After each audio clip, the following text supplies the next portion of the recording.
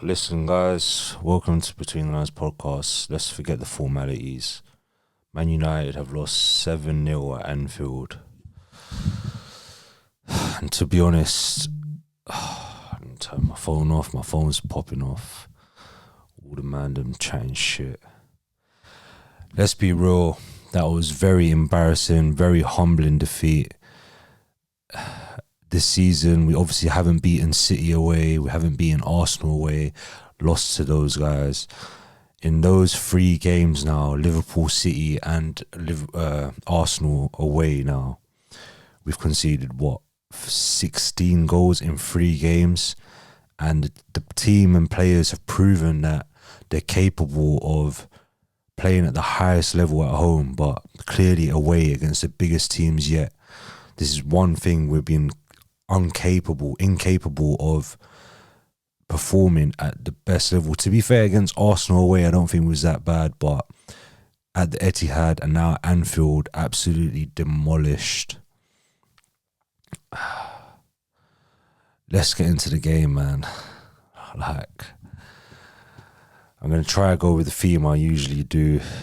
This one hurts, man. This one hurts. Yeah, so looking at the starting lineup before the game, I was a bit surprised Garnacho didn't get a start. He just got man in the match on Wednesday. Thought that he might get an opportunity to go up against Trent Alexander-Arnold today, since that's Liverpool's obvious weakness. And he started on the bench, and at the time I thought that Ten Hag, it was fair enough. Like, all the decisions he made was pretty rational, was pretty logical. You could understand why he went with those. Maybe the one other thing you might have questioned was maybe Aaron Wan-Bissaka probably deserved a start, especially in the big games, especially the form he's on right now. Possibly deserved a start ahead of Dalot. But before the game, I wouldn't have really questioned anything else too much. I'd have thought that he'd made the right decisions. Getting into the game now, I'm going to start with the positives, and these positives, just so you know, are all from the first half. None of this is from the second half. And from the first half alone, I thought, yes, we came under a lot of intense pressure in the first 15-20 minutes, but after that, I think we rode it out well. We soaked it in well. You're going to expect that coming to Anfield. You're going to expect a lot of pressure and a lot of pressing from the Liverpool players. After that, the next 20 minutes of that first half, I thought we played pretty decent. Every time we attacked, we looked like a threat. Every time Anthony got the ball, Robertson was backing off, looked like we was going to create something. It's just his end product was lacking, to be honest. Had 2 great chances. Bruno's chance was a bit difficult, I think, the header. But Rashford definitely should have scored. Unfortunately, he couldn't get enough power in it. Hit it straight at Alisson. Sometimes the luck just goes against you, I'm not going to lie, because a few of Liverpool goals that we conceded, some lucky goals. Like, it was like pinball in the box, and every lucky or every kind bounce was falling towards them. And the same thing, the luck went against us at the end of the day, because even when Rashford should have scored, it's like the bounce just bounced before him, and another day he's easily scoring that. Other positives in that first half, I thought Weghorst worked hard. I thought Fred worked hard. And I think that might just be about it, to be honest. We'll take it on to the negatives, and I think I'll take it in order of the goals. The first goal that we conceded just before half-time, Dalot got dragged in by Robertson, got caught too far out. Varane oversold himself when you know Gakpo's going to cut in. Varane was trying to take him down the left, or gave him too much opportunity to cut inside. De Gea didn't even make an attempt to save it, even though you obviously know what Gakpo is going to try and do to aim it into the far corner. Fred wasn't following his man. Casemiro, I don't know where he was. To be honest, look, and I don't even like saying this because of the performances that they've put in so far this season. I think there's 4 main critical people that are the cause of this defeat today. And obviously the team overall completely collapsed. After the third goal, I don't know what was happening in that team. That was a disgrace, because in other games, yes, you can go 2-0 down, but then you try and fight back. It's like we went 2-0 down and the team just absolutely gave in. Luke Shaw gave in. Bruno Fernandes was an absolute disgrace today. I'm sorry. And you lot know, I love Bruno. I've got Bruno on the back of my shirt right now. I love Bruno Fernandes, but what he did today was an absolute disgrace. That was the worst captain's performance I've seen in a long time from any team. Forget Man United. Even from my Sunday league team that I've been playing in the last 13, 14 years of my career.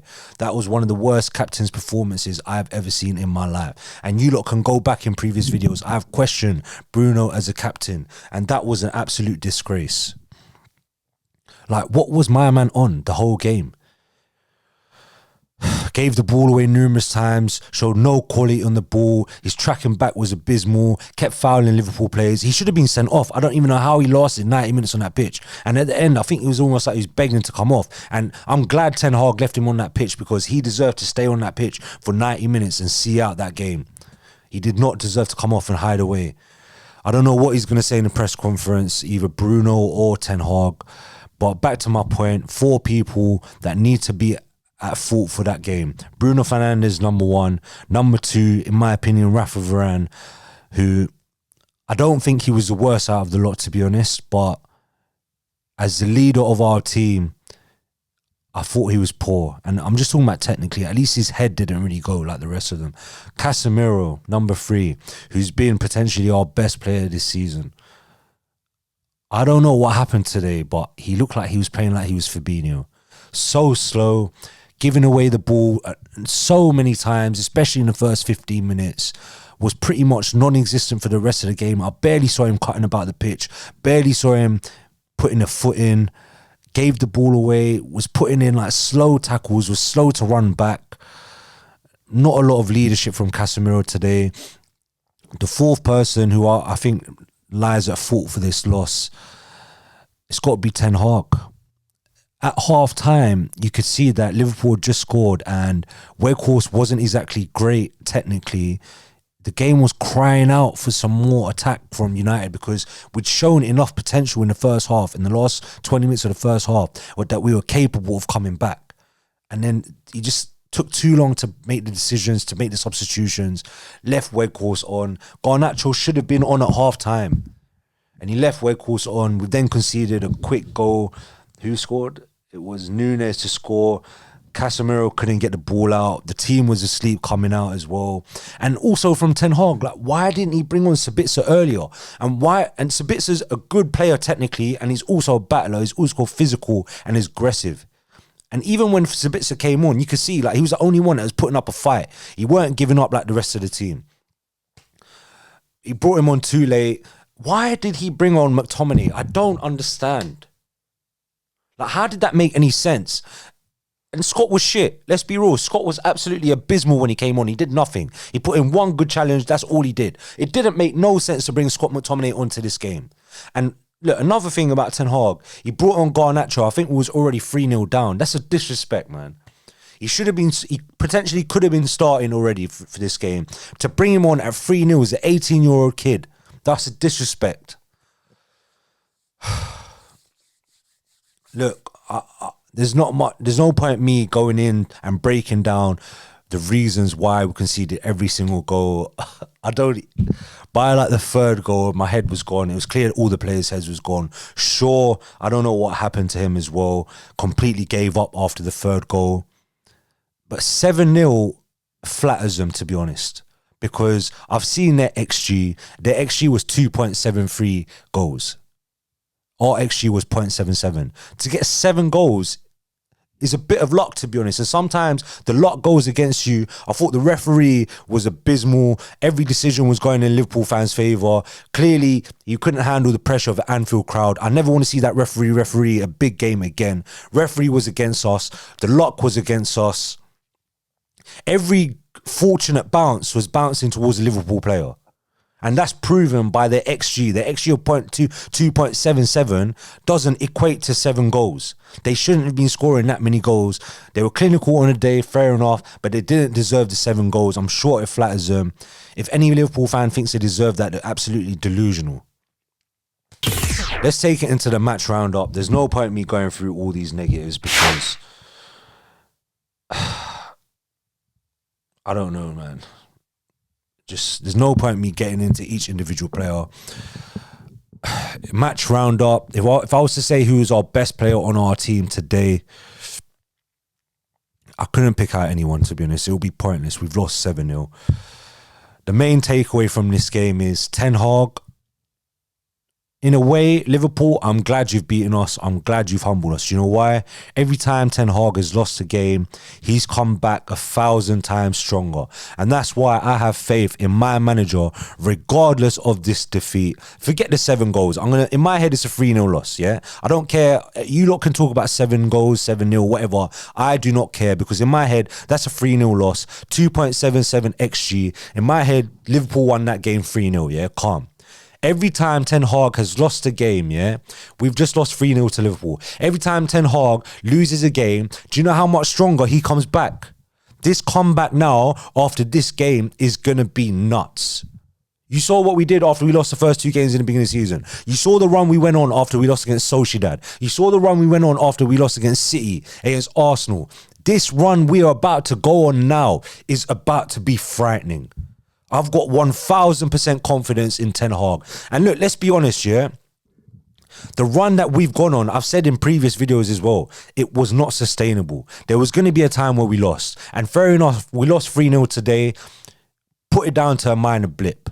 Because I know that this team is capable of bouncing back and performing at the highest level. We've shown that already. We've already got a trophy. Let's put this game behind us and keep fighting and coming back for the rest of the season. We're going to show to the rest of this league that we are a team to be afraid of. Ten Hag is a manager to be feared. We are coming back to the top regardless of this defeat. I am 1,000% sure. The players deserve a bit of grace. You know why? Because we've just gone on an unbelievable run. Ten Hag's progression in such a short amount of time has come early. So that's why we have to give a bit of leeway for the team, put this performance behind us. But also, I can't get it out of my head. That Bruno Fernandes performance was absolutely disgraceful. I know I've said it already, but genuinely, that was absolute disgrace. I don't know what my man was on today. And putting him out on the left as well by Ten Hag, it was a poor decision. I don't even think I'm the biggest fan of him playing out on the right, but today on the left-hand side, he was shocking. And forget the performance, forget his ability on the ball, to be honest. That captain's performance was an absolute disgrace.